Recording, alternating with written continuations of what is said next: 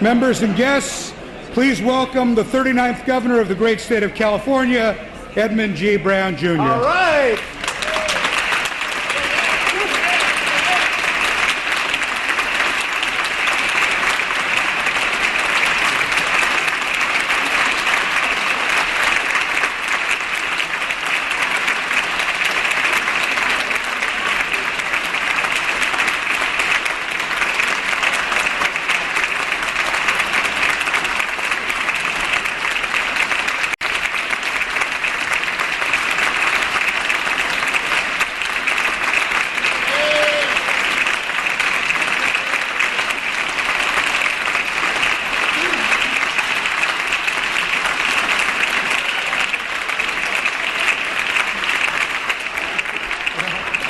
We have several honored guests present today. Please welcome the First Lady and Counsel to the Governor, Ann Gus Brown.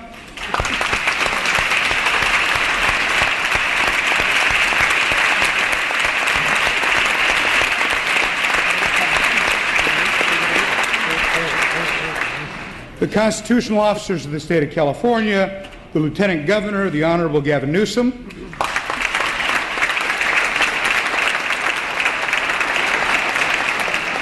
The Attorney General, the Honorable Kamala Harris.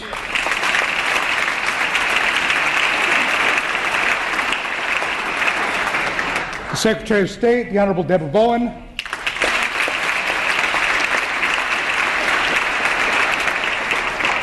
The State Treasurer and former Senate President Pro Tem, the Honorable Bill Lockyer.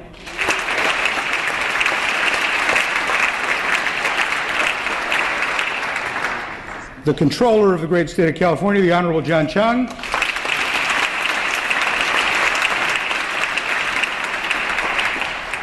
The Superintendent of Public Instruction, the Honorable Tom Torlakson.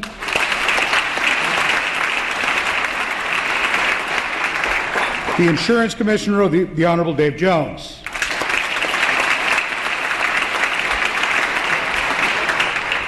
From the Board of Equalizations, the Chairman of the Board, representing District 4, the Honorable Jerome Horton.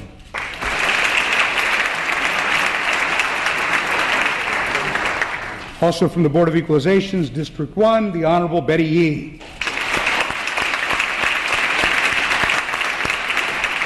And from District 2, the Honorable George Runner.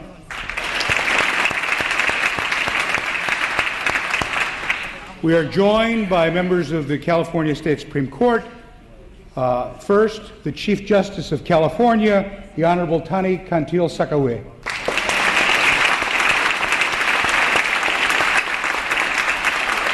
Associate Justice, the Honorable Marvin Baxter.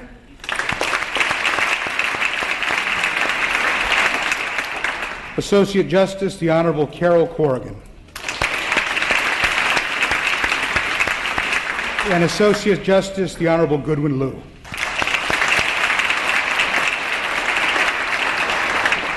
We welcome all the other elected officials that are present today, and we are so happy to have with us representatives from the Consular and Diplomatic Corps who are seated in the gallery.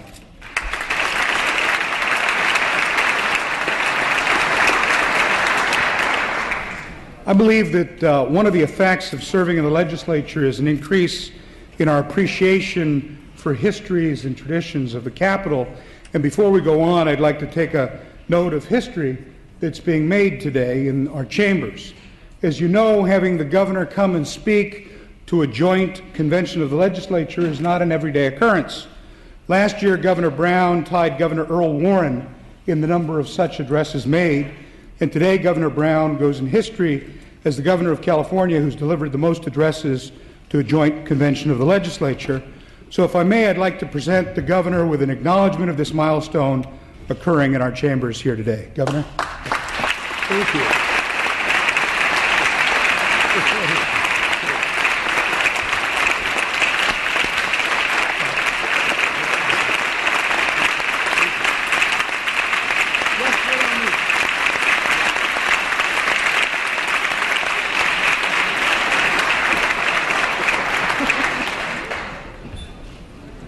It is now my pleasure to introduce the President pro tempore of the California State Senate, the Honorable Darrell Steinberg.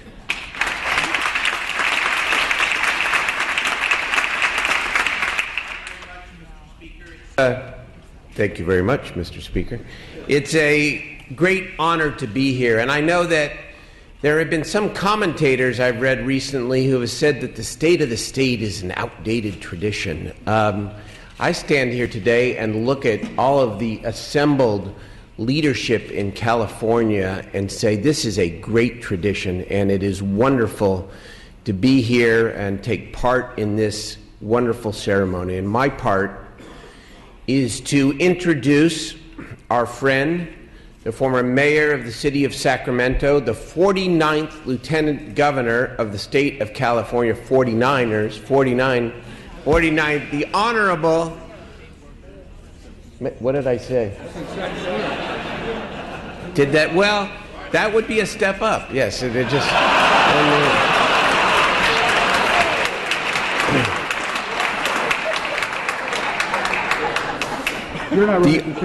the former mayor of San Francisco and the lieutenant governor of the state of California, Gavin Newsom. Well, thank you. Unbelievable. And this is your last introduction, too. What a way to go out. Thank you, Senator Steinberg, for the kind introduction. And thank you substantively for the privilege of this podium. I want to say, having done this the last 3 years, I understand my stead. Being lieutenant governor at the state of the state is a lot like being Seattle Seahawks Richard Sherman. Nobody, and I mean nobody, wants to hear me run my mouth. So with that in mind, let me try to be as brief as possible. There are two things that I want to say. One, most importantly, thank you. Thank you to all of you, the governor. Thank you to members of the legislature. Thank you to the people of the state of California for defying all the detractors, for stepping up and stepping in and defying the critics, for getting California's fiscal house back in order, for bringing us back on a path of stability, solvency, and strength. Thank you for your outstanding leadership last year on gun safety. Thank you for the extraordinary work you did on clean energy. Thank you for the work you did on immigrant rights. Thank you for what you did on civil rights for students in our schools, transgender rights in this state. And thank you for the work you did to make right a wrong that has existed too long, and that's to get our minimum wage back closer to a living wage in California. So you all know this. Now is not, and this is the old saw, right? And when we do introductions and talks, we say now is not time to be timid. That's obvious to all of you. Now it's time to have the courage of our convictions and to step up and step in on some of our long-term challenges. Deal with the issues of debt and entitlement and challenges associated with the issues of energy and climate change, not least of which addressing the vexing challenge that will define, I think, a lot of what we'll hear from the governor today, the issues of climate disruption in all their forms and manifestations, not least of which the severe drought that we're all experiencing. And hopefully we'll take the time to reflect on perhaps the most profound challenge we face in this state, and I would argue this country, and that's the merger of IT and globalization. That's changing every job, every industry, every market, and every government. And it is significantly contributing to stagnant wages and lethargic job creation, not here in the state only, but across this country. With that in mind, I think it's important to remind everybody, we're moving now in a world where we're no longer connected, but hyper-connected. No longer interconnected, but truly interdependent. Tom Friedman summed it up brilliantly, so succinctly, by saying, just imagine 7 years ago, Facebook didn't even exist. Twitter 7 years ago was a sound. The cloud was in the sky. 4G was a parking space. LinkedIn, a prison. Big data was a rap star. Apps were things you filled out to get into college, and Skype, for most of us, was a typo. None of those things existed, and now they're ubiquitous in our lives. The rate in change in this world is unimaginable compared to where it was just a few years ago. We're going from something old to something completely new. The tech genie is now out of the bottle. And with the white waters of change, with all of these white waters of change, I think it is absolutely incumbent upon all of us to recommit ourselves to what we're doing better than ever, and that is to organic job creation. One thing I know is you cannot be pro-job and anti-business. I was so enthusiastic when someone forwarded me a wonderful quote, and I'll close, from Winston Churchill, who said, "Some people see private enterprise as a tiger, a predatory tiger that needs to be shot. Others as a cow that needs to be milked. Not enough people see it for what it is, a healthy horse pulling a sturdy wagon." Let us recommit ourselves to the number one priority in this state, and that's once again to reestablish California as the tentpole for job creation in the American economy. With that, it's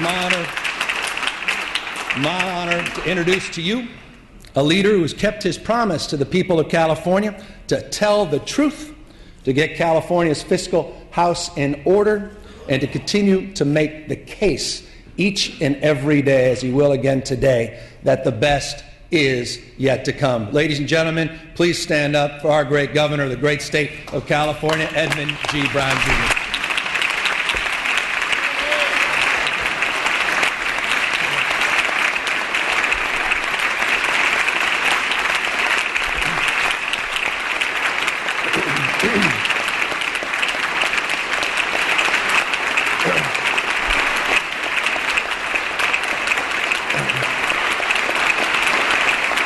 Thank you.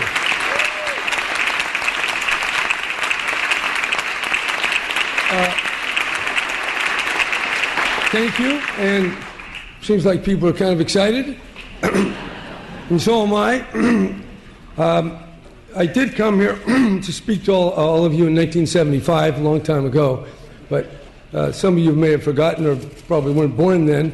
I came here in 1959 for the first time in my sacerdotal garb as a Jesuit seminarian, my Roman collar and my little black suit. I sat right down there. I looked up at my father, give his first State of the State way back in 1959. So, Lieutenant Governor, I appreciate change, but I also value continuity. In fact, I used to say, take the ins and throw them out, take the outs and put them in. I don't say that anymore. My message, there's no substitute for experience. Anyway, here I am.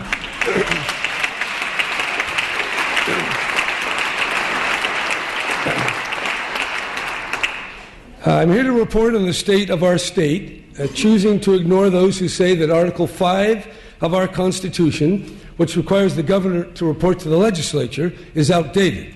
That you can't report on the condition of our state from Sacramento because California is too spread out and too diverse.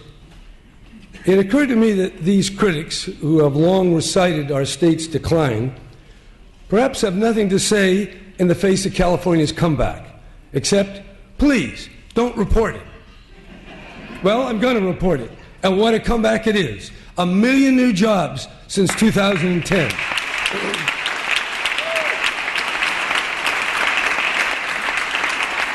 A budgetary surplus in the billions. In the billions. But don't spend it, that's the point. And a minimum wage rising to $10 an hour.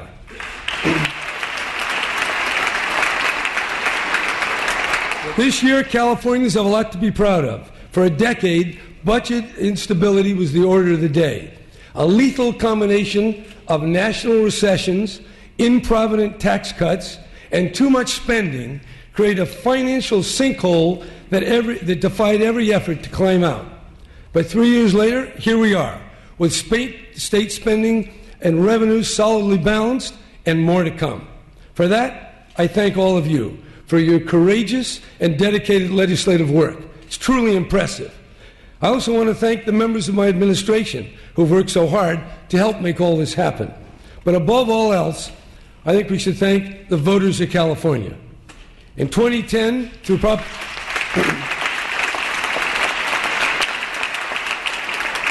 In 2010, through Proposition 25, they established a majority vote for passage of the state budget.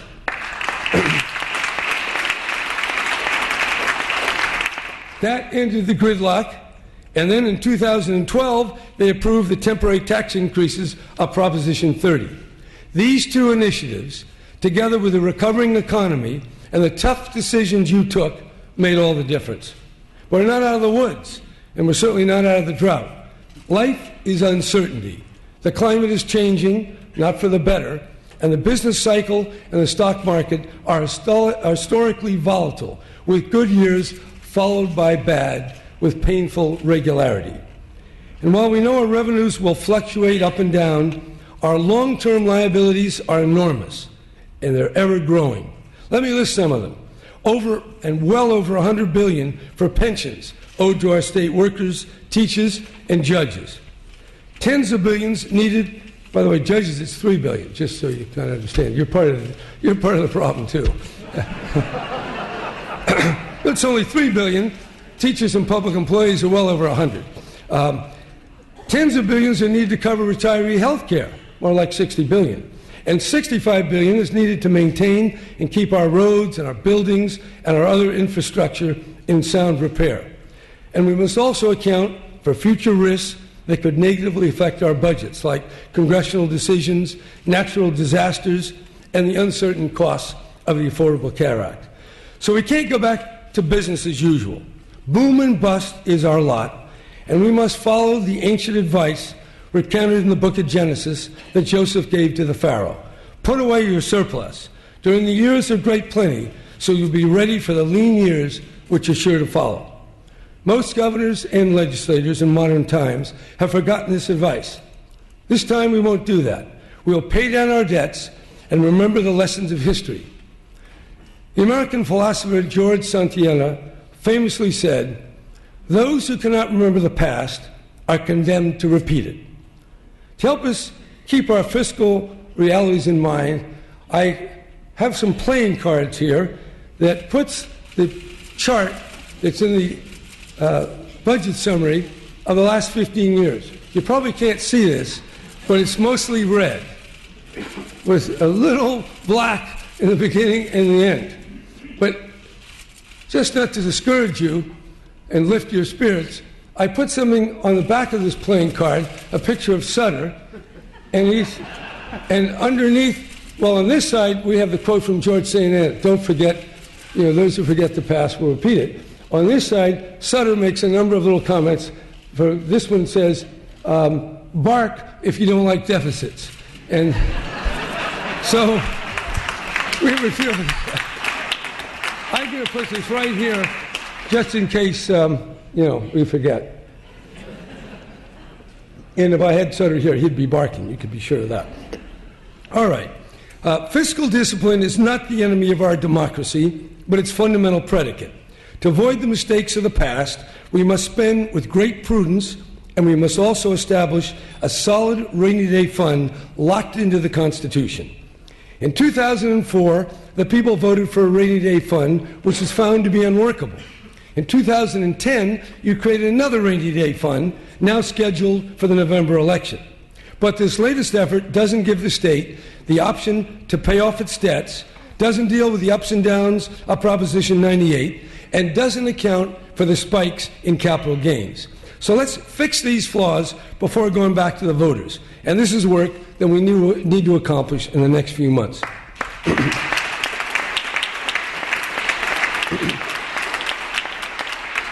Last year I spoke of the principle of subsidiarity, a rather clunky word that nevertheless points to a profoundly important principle, namely that in our federal system there are separate layers of government, each with its own distinct responsibilities.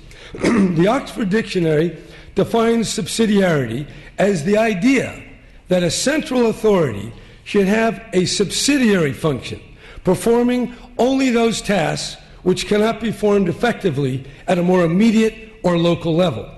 No better example of this can be found than in your enactment last year of the local control funding formula. This was a major breakthrough in the way funds are allocated to California school, so their laws explicitly recognize the difficult problems faced by low-income families and those whose first language is other than English. As a result, those with less are going to receive more, and that's good for all of us.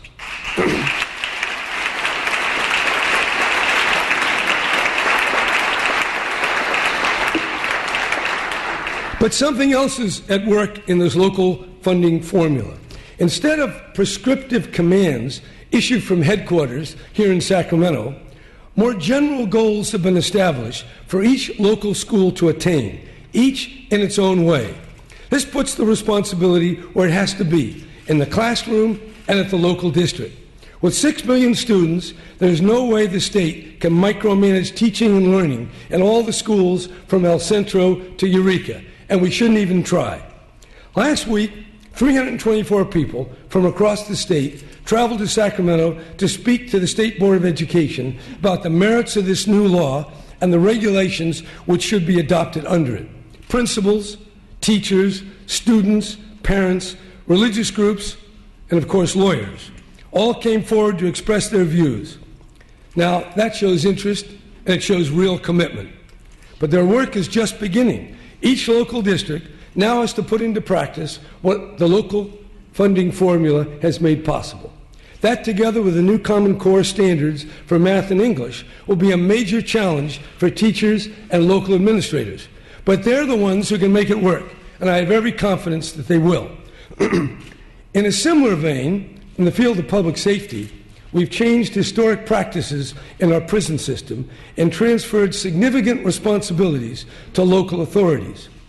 The federal courts, backed up by the United States Supreme Court, have ordered major reductions in our prison population and dramatic improvements in the medical and mental health programs that the state makes available.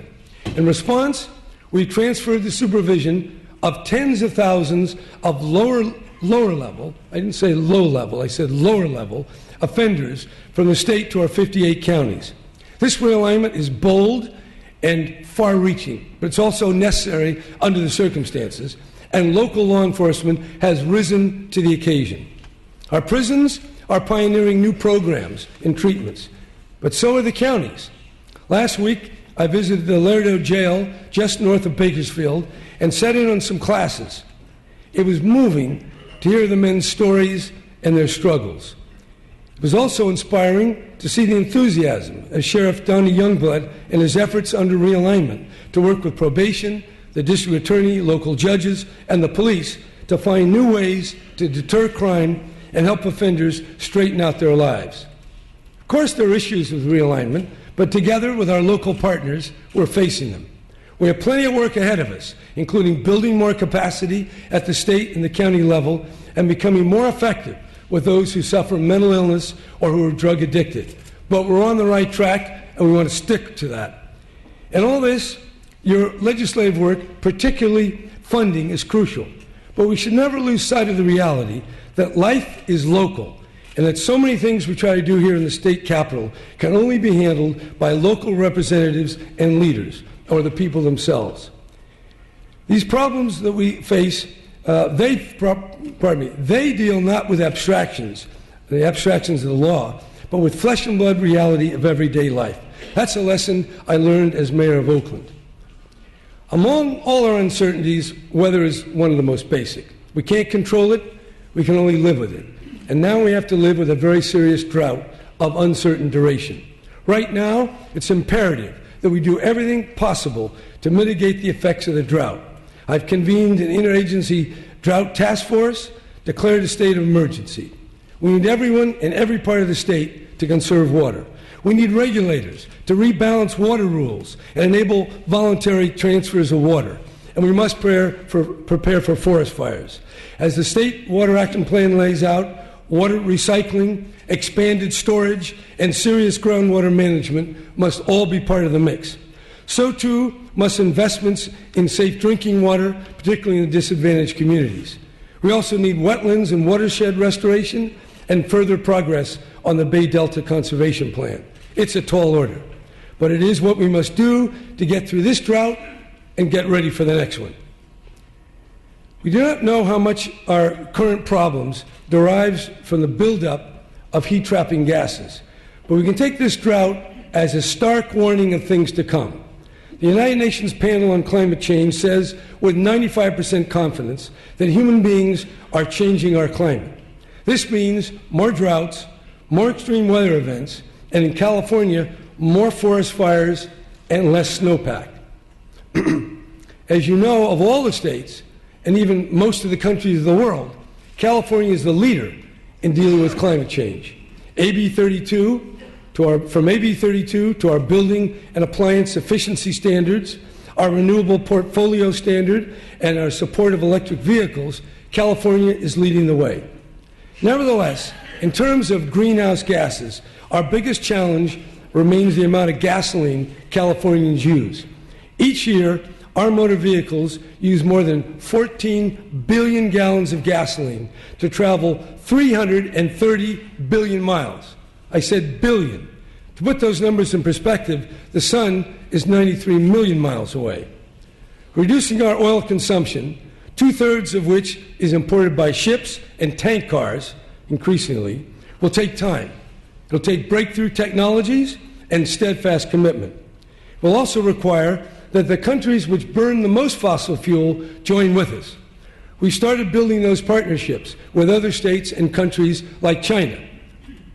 We'll go to Mexico next because California can't do it alone.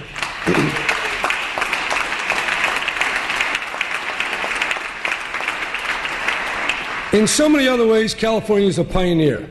We have 25% of the nation's foreign-born, and we're the first state in modern times to have a plurality of families of Latino origin.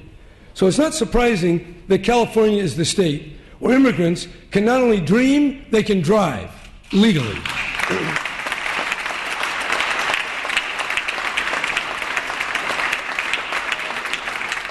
We're also the state of innovation, of Silicon Valley, and more venture capital investment than any other state, by far. We're on our way to 1 million electric vehicles, and we're building the nation's only high-speed rail. We're expanding health care coverage to millions more. And California is the nation's leader in developing medical and scientific advances that will cure diseases and lower costs.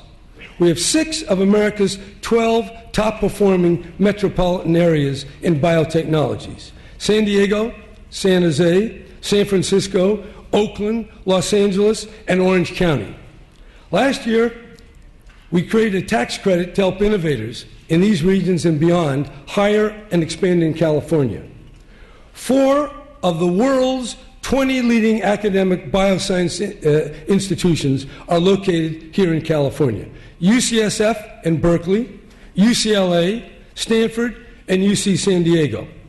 Just as California has led the way with stem cell research, so too we can pioneer the new fields of precision medicine, which uses genomics, medical devices, computer sciences, and other fields to treat individual patients instead of broad populations. Yes, California is a leader in so many ways, but the dangers and the difficulties we face can never be taken lightly. We still have too many struggling families, too much debt, and too many unknowns when it comes to our climate. Overcoming these challenges will test our vision. It'll test our discipline, and it'll test our ability to persevere. But overcome them we will, and as we do, we'll build for the future, not steal from it. Thank you.